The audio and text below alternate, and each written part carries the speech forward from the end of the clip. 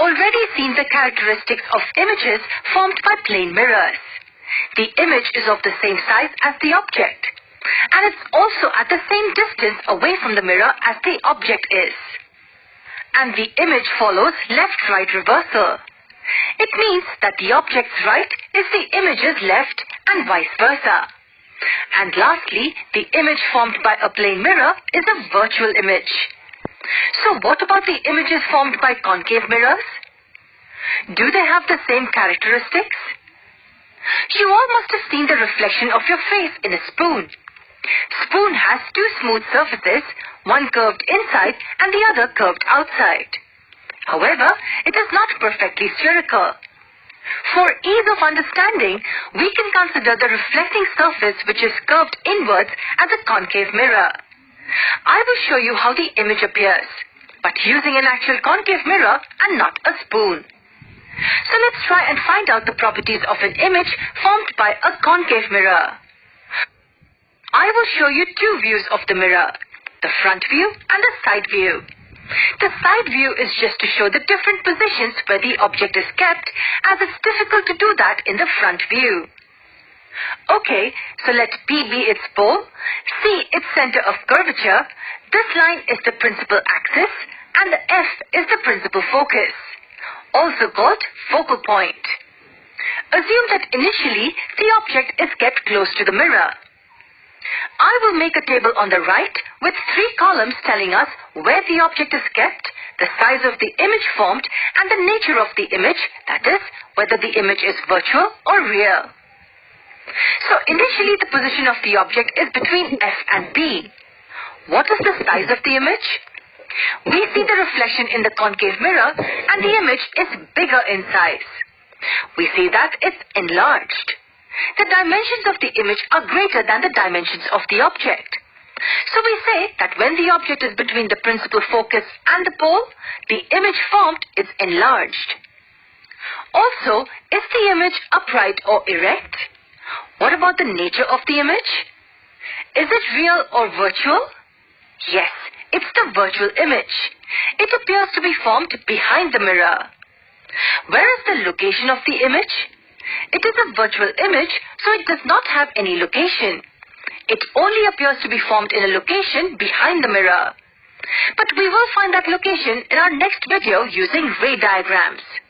For now, let's move this object away from the mirror and see how the dimensions and the nature of the image vary relative to the object. You will find that as I move this object away, its image gets even bigger. And when the object is at the principal focus, the image is huge. We say that when the object is at the principal focus, the image is highly enlarged. Is it a real or a virtual image? It is a real image. Since it's a real image, it's upside down. Or we use the other word for it, which is inverted. It is formed on the same side of the mirror as the object is. And believe it or not, the image is actually formed infinitely far away.